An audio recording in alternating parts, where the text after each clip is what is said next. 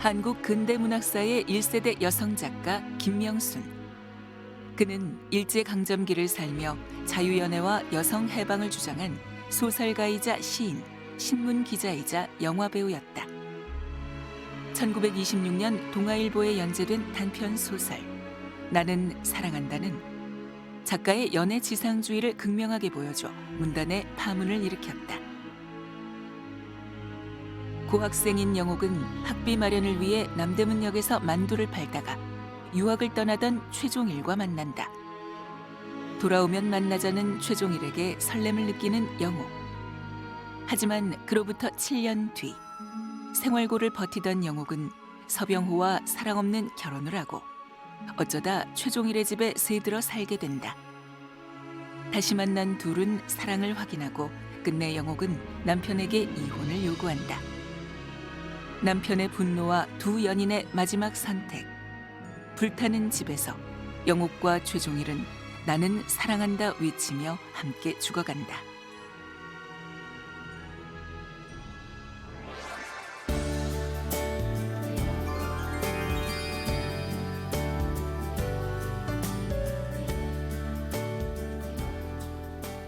지금 읽으면 사랑과 전쟁이라는 드라마를 떠올릴 만큼 통속적인 소설이지만 100년 전 1920년대에 이 작품이 나왔을 때 정말 파문을 불러일으킨 센세이션 했었던 소설입니다. 오늘 읽어볼 책은 나는 사랑한다입니다.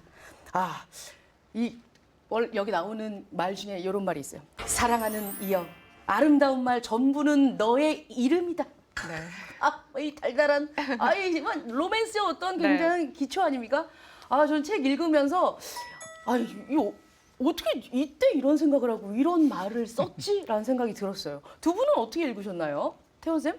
예, 이 소설을 읽으면서 무엇보다도 이제 우리가 신여성 또는 이제 모단걸이라고 하는 그 1920년대 이 식민지 조선의 어떤 그 선각자적인 그 여성의 좀 그 고통, 비애 뭐 이런 것을 좀 느꼈습니다.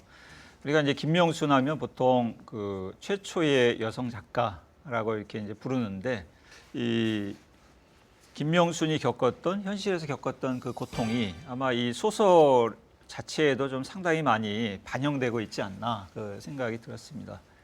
그래서 이 소설 자체로 보면 좀 흥미로웠던 게 그 맨 마지막 절이 좀 이상했어요.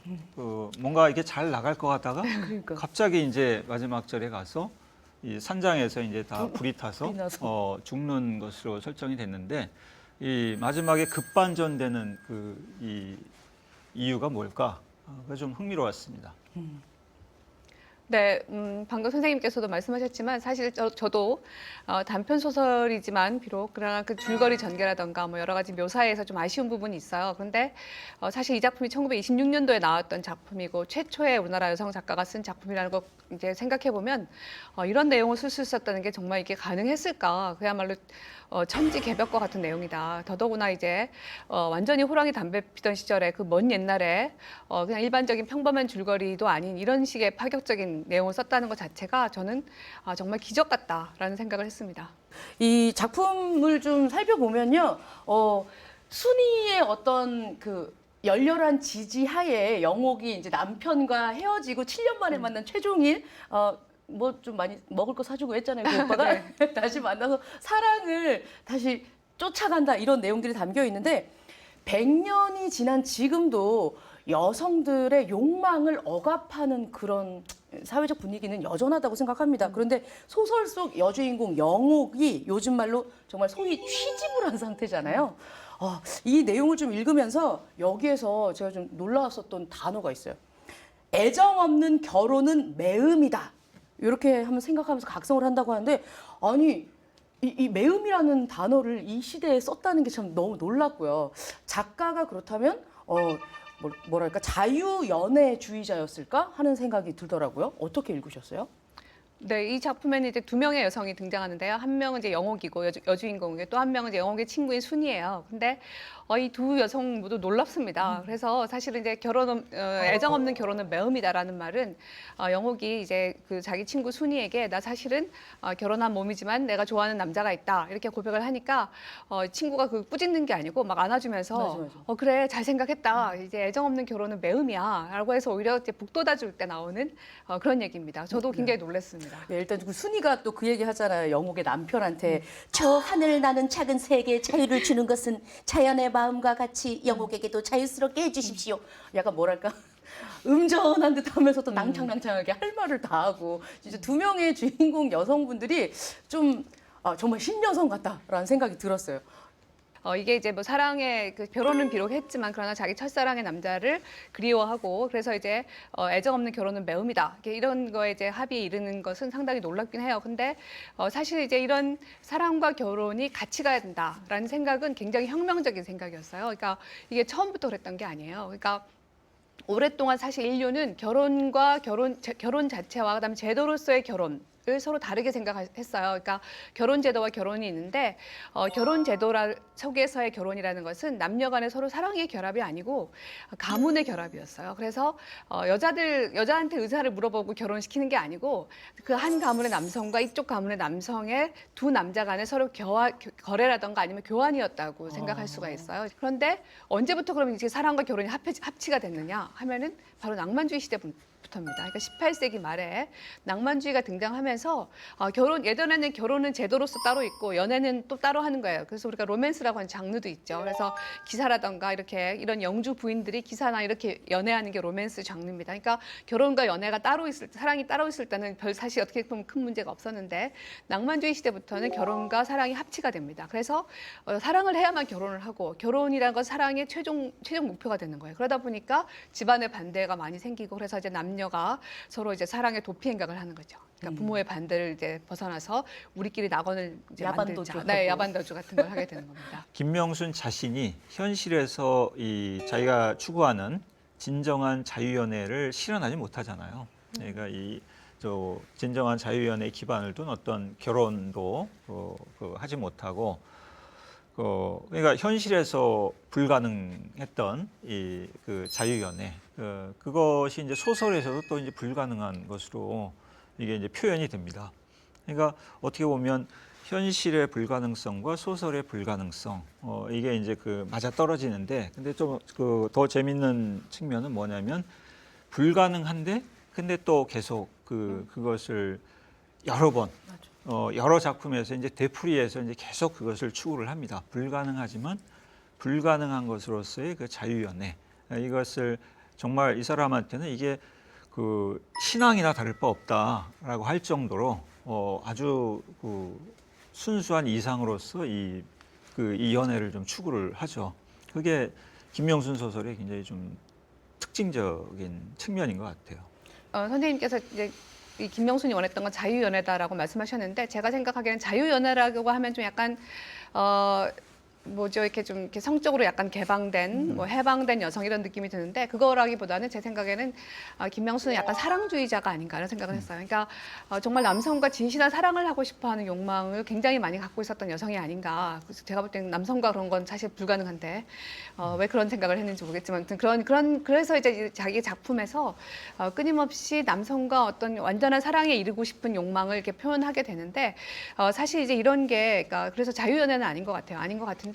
이런 것에 대해서 이제 예를 들면 김동인 같은 이제 당시에 남성 작가가 이 김연실전이라고 하는 작품을 쓰잖아요. 그래서 이 김연실전의 작품에서 누가 봐도 노골적으로 김명순인 줄 알 수 있는 에피소드를 가지고 이제 사실은 김명순을 이제 비판을 합니다. 근데 같은 고향 출신인 이 여성에 대해서 이런 식으로까지 매도할 일이 뭐가 있었나 싶을 만큼 심한 매도를 해서 결국 이 여성이 굉장히 어려웠어요. 왜냐하면 자기가 이제 원고 청탁이 오는 데가 없고 자기가 원고를 쓸 수가 없는 겁니다. 이런 식으로 해서 했다는 게 굉장히 안타깝고요. 그다음에 방금 말씀하신 대로 왜 여성은 이렇게 뭐 사랑 얘기를 이렇게 여성이 왜 이렇게 많이 썼는가 제가 생각을 해보면 결국 자기의 알리바이 존재를 입증하려는 노력이 아니었을까 생각해요. 그러니까 내가 왜 글을 쓰는가, 나는 왜 존재하는가 이걸 이제 여성이 설명을 하기 위해서는 자기는 이제 사랑이 가장 중요하다고 생각한다. 남자와의 관계에서 요 부분을 나는 항상 열망했다라는 것을 자기를 얘기함으로써 나는 해픈 여자도 아니고 나는 예를 들면은 뭐 자유연애를 꿈꿨던 것도 아니고 나는 성적인 해방을 원했던 것도 아니고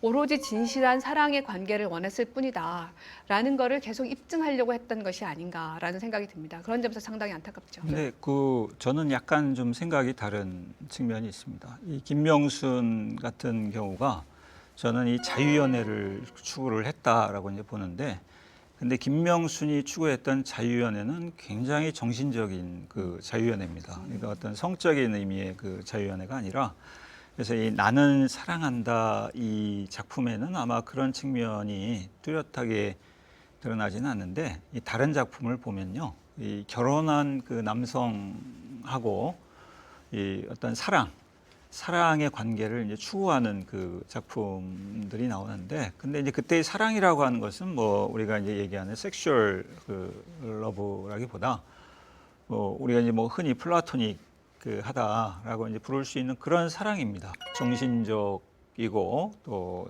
어떤 도덕적인 이제 완성을 추구하는 이제 그 사랑, 이 사랑을 물론 이제 그것이 이상적인 배필을 만나서 그 결혼 제도 속에서 그것이 이제 구현될 수 있다면은 좋겠는데, 근데 사실 이제 당시에 그 모던 보이하고 모던 걸, 그러니까 이 신 남성하고 신 여성의 중요한 차이는 그러니까 이 사람들의 이제 그 사랑 관계에서 중요한 차이는, 그러니까 이 남성 같은 경우에 그 자유연애를 할 때 그 대상이 누구냐면은 보통 신여성이겠죠. 근데 그때 이제 신여성과 그 데이트를 하는 남성 같은 경우에는 이미 결혼한 경우가 많습니다. 그러니까 이제 자기 집안에서 그 맺어준 사람하고, 그러니까 이 비즈니스를 이미 한 상태에서. 그렇죠. 아하. 구 여성하고 이제 그 결혼을 한 상태에서 거기에 이제 만족하지 못하고 이 신여성하고 이제 자유연애를 하는 경우가 많죠. 근데 반면에 이 신여성 같은 경우에는 그 결혼을 하지 않고, 그러니까 뭐 그 상류 학교에 이제 진학을 한다든가 유학을 하면서, 그러니까 자기 또래의 그 구 남성하고 이 여성이 결혼하고 싶겠어요. 그러니까 이 좀 새로운 그 가치관이나 세계관에 눈을 뜬, 그래서 뭔가 이렇게 말도 통하고 정서적으로 비슷한 그 신남성 모던 보이하고 이제 그 연애를 하고 싶겠죠. 그러니까 이제 중요한 것은 이 남성 그 모던 보이하고 모던 걸이 다 근대성을 추구하고 새로운 사상과 작품 뭐 이 문학을 추구하지만, 이 사람들은 당시 이제 시대 질서에서 굉장히 이 비대칭적인 그 질서에 속해 있었다. 그런 가운데 이 김명순이 좀 독특하다라고 하면은 이 비대칭적인 질서에 대해서 끊임없이 좀 문제 제기를 하고, 거기에서 이 불가능한 그 사랑, 진정한 사랑, 이것을 좀 추구했던 게 김명순 작품의 제일 중요한 특징이 아닐까, 그런 생각이 듭니다. 근데 여기서 조심해야 될 게 뭐냐면 이제 우리가 흔히 근대성 하면은 이게 굉장히 개화가 되었다라고 생각을 하잖아요. 그래서 남성 같은 경우도 이제 근대 모던 보이라고 하면은 예를 들면 여성을 정말 인격적으로 존중하고 여성과 나는 동등하다라는 생각을 할 거라고 생각하지만 그렇지 않습니다. 그러니까 근대 가부장이라는 말도 있을 정도로 사실은 근대적이라고 해서 반드시 그러니까 반가부장적인 그러니까 여성을 존중하는 그런 건 아니고요. 실제로 모던 보이가 모던 걸을 만났으나 이 모던 보이는 역시 전근대적인 가부장의 모습을 보인 게 아닌가 이런 생각을 하게 됩니다. 그러니까 거기는 또 이런 측면도 있는 것 같아요. 그러니까 좀 식민지 근대성의 좀 역설 같은 게 있는데, 가령 이제 우리가 생각을 해보면 19세기 말 20세기 초 같은 경우는 그게 유럽이 됐던 뭐 미국이 됐던 그 여성들도 그렇게 이제 자유로운 그 시절이 아닙니다.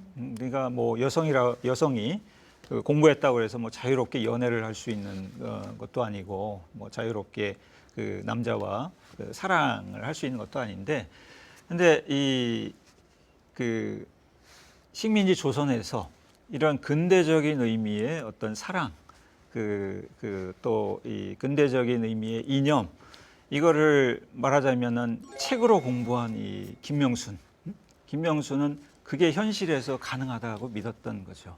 그리고 이 유럽 사람들 또 서양 사람들은 진짜 그런 그 여성들이 현실에서 그런 사랑을 하고 있고 또 할 수 있다라고 이제 생각을 한 겁니다. 그러니까 그것을 오히려 어떤 의미에서 보면 그 서양 사람들보다 더 철저하게 추구하려고 했던 것이 이제 그 식민지.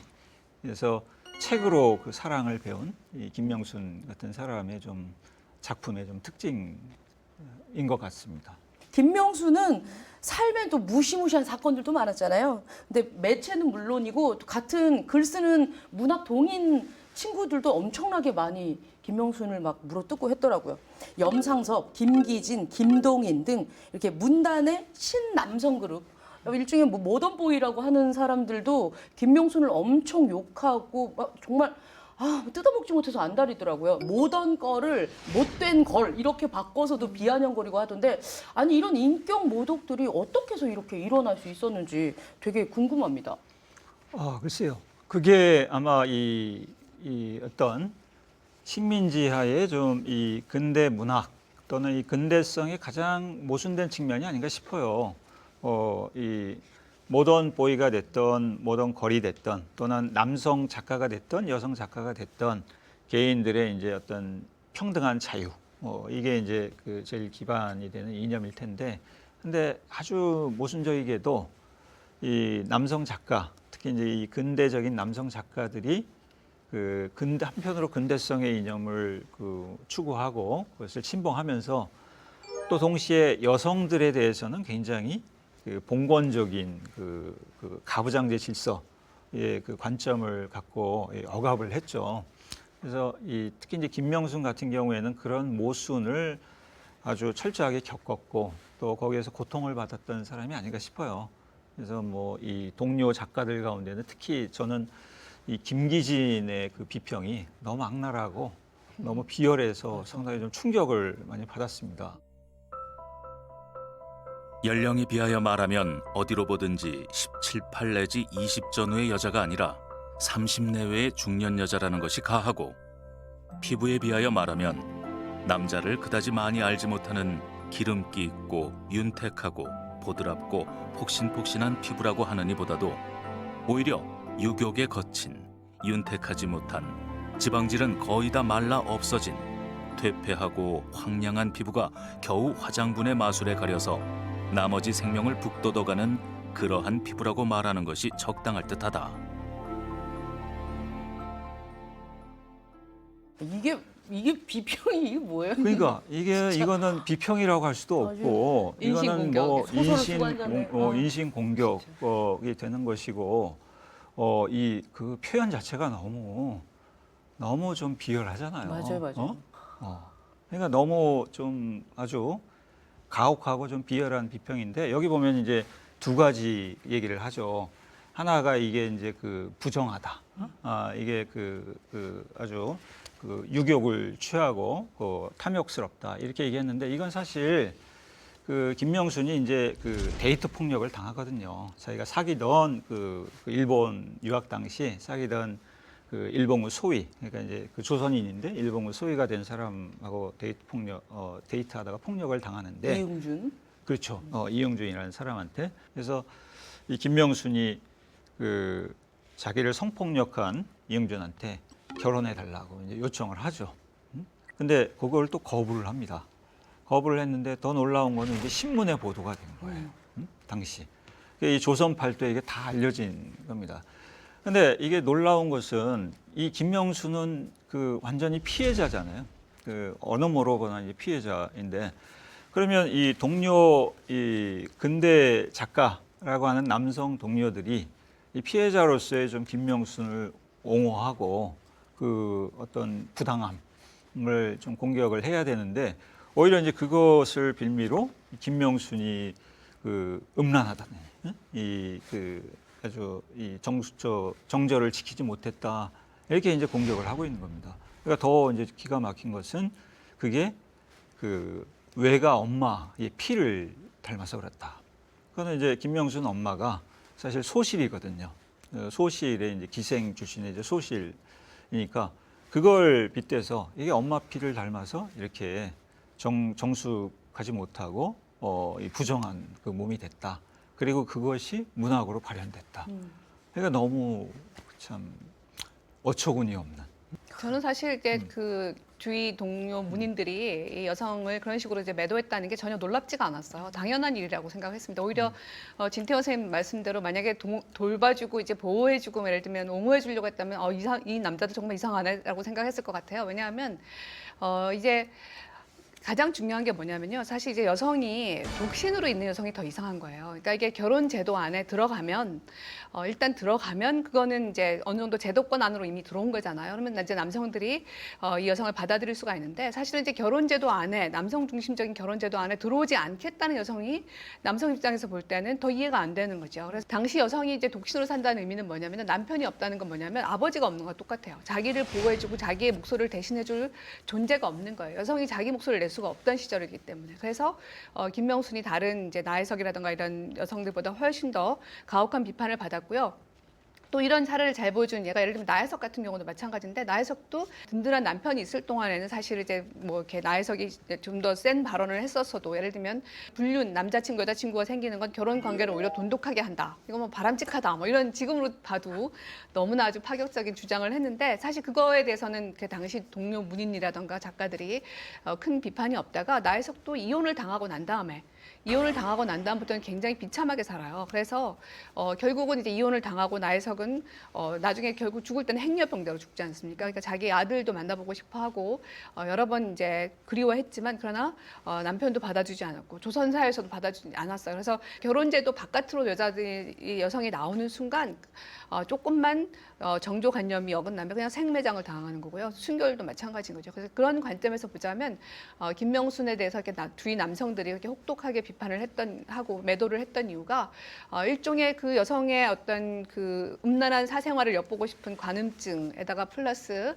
자기네들이 욕망하는 만큼 여성이 음란하게 그 사생활을 보여주지 않는 것에 대한 어떤 불쾌감, 분노감 뭐 이런 것들이 다 이렇게 복합돼서 그렇게 매도를 한 것이 아닌가 이런 생각을 했습니다. 김명수는 글을 참 잘 썼지만 굉장히 좀 평가절하되어 있는 작가 같다는 생각이 계속 들더라고요. 예. 김명순이 오히려 정말 든든한 남편이 옆에 있었다가 아니 한번 갔다 왔다가 이런 얘기를 했으면 네. 좀 더 평가가 좋지 않았을까 하는 안타까운 생각도 듭니다. 저도 김명순의 애처로운 죽음이 너무 속상하게 마무리가 되었는데요. 보면서 이런 생각이 들더라고요. 이용준이라는 사람한테 처음으로 이제 그 데이트 폭력을 당했었던 그 숲이 아오야마 숲이더라고요. 근데 나중에 김명순이 죽을 때 아오야마 병원에서 정신과에서 죽는단 말이죠. 그래서 참 슬픈 그 일생이 다시 또 회귀하고 있지 않았나 하는 생각이 들었습니다. 김명순이라는 작가를 이 시간을 통해서 알게 된 게 굉장히 또 뜻깊고 참 고맙다는 생각이 들었어요. 열렬히 사랑하라는 그 외침도 가슴 속에 쏙 박혔습니다. 그래서 저 오늘 읽은 책의 한 줄은 이렇게 정리하고 싶습니다. 사랑하자, 사랑하자, 열심히 사랑하자. 내가 다 받아주마.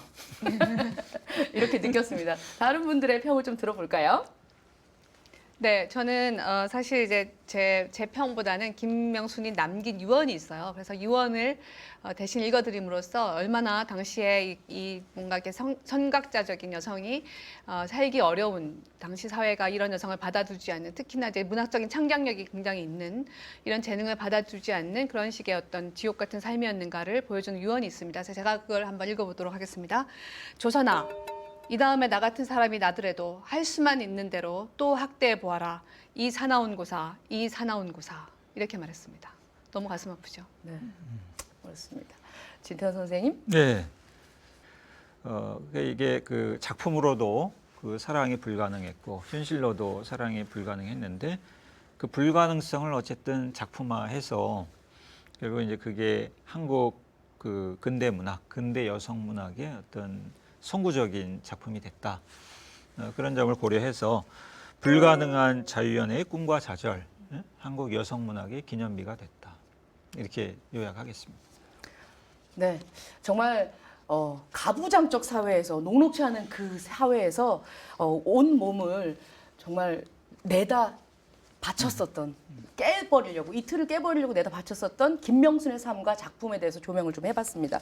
생각의 온도가 다른 세상에서 베이고 찢기면서도 깨어있길 원했던 신여성의 모습을 만난 시간이 아니었나 하는 생각이 듭니다. 어떤 틀 하나를 깨기 위해서는 몸이 부서져야 하는 순간도 있죠. 여러분도 아프지만 그 틀 하나를 깨볼 기회가 되셨으면 좋겠습니다.